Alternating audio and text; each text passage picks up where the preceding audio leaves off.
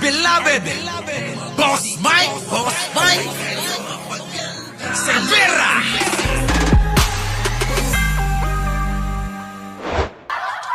Mga kababayan ko naman O ano pang silbi ni Sara, mga kababayan? Sa social media na lang sila maiingay. Kasi mga kababayan, ito lumabas tingnan nyo. Ito yung data, mga kababayan, data. Data, mga kababayan, ng mga bumoto para ma-impeach si Sara. Even Mindanao, ay galit kay Sara.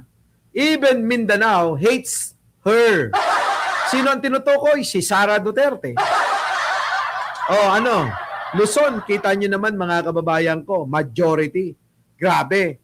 Visayas, majority din.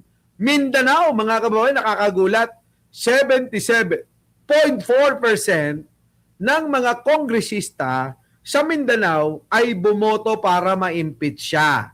Ang Visayas, mga kababayan ko, tignan nyo naman, 87.8% ang bumotong mga kongresista na para ma-impeach si Sara. 93.3 Luzon, mga kababayan ko. Ano ibig sabihin yan?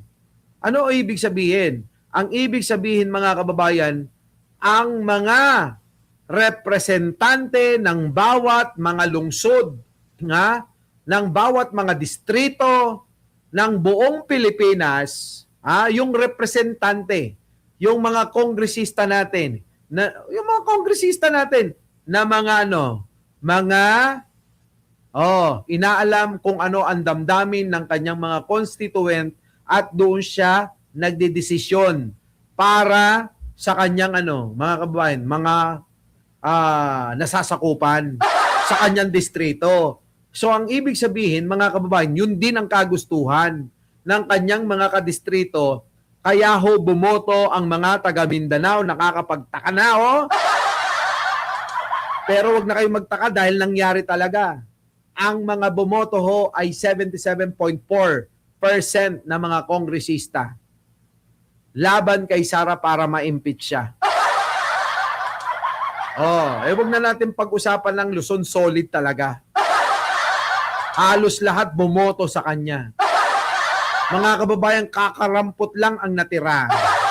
Si Libisti lang yata, tsaka si Barsaga. Kita nyo, mga kababayan ko, Visayas, nakakapagkano rin, Tingnan nyo, overwhelm, Visayas, 87.8. So, anong ibig sabihin nito? Wala na may gusto kay Sara Duterte. Bistado na yung mga paandar ng kampo nila. Yung mga trolls nila, pansinin nyo. Pansinin nyo lahat ng mga nagko-comment, yung mga nambabas. Mga kababayan, lahat yan makina. Ang profile nila nakasara, hindi nyo makikita. Ang friends nila, 3, 2, 100, gano'n. Hindi normal na mga tao yan. Yung mga nagko-komento dyan, hindi normal. Yan po ay likha ng makina. Kaya nga mga kababayan, kapag nireplyan ninyo, wala lang sagot siya. Kasi hindi na uubos ng oras dahil ang ginagawa lang niyan magpakalat ng kunyaring mga sagot. Naka-generate na yan, mga kababayan, automatic yan. So ngayon, ano masasabi nyo diyan? Punta natin si Baton na hindi makatulog. Tatanong lang siya. Wala nang may gusto kay Sara.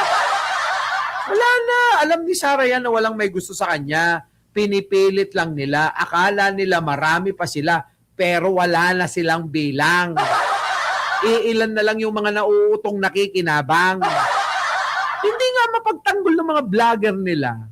Yung mga kababayan ko, yung issue na bobo sa computer hindi marunong, wala silang sagot doon. Hindi nila mapangatwiranan. Bato! Huwag kang mag-alala. Malapit ka na. How can she help? Wala ka ba rin, ano bang matuloy? Padalang na pizza? Nagpadala, sir? Nagpadala ng pizza, sir? Pa naman ko na Siya tumawag sa inyo? At tingnan nyo yung mukha, mga kababayan, worried na worried. Sa totoo lang, mga kababayan, worried na worried si Bato pero hindi ako naaawa dyan sa pukin ng inang yan.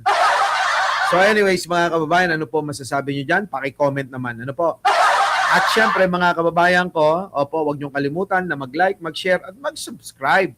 At lahat ho ng gusto niyo sabihin dyan, comment niyo lang. At binabasa po namin lahat ng mga komento niyo. So muli mga kababayan, maraming salamat sa inyo, sa inyong pagsama. Oo, sa ating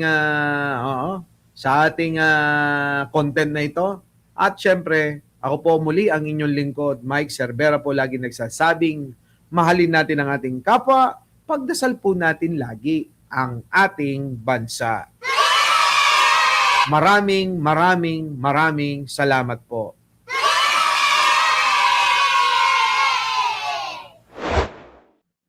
Our beloved Boss Mike.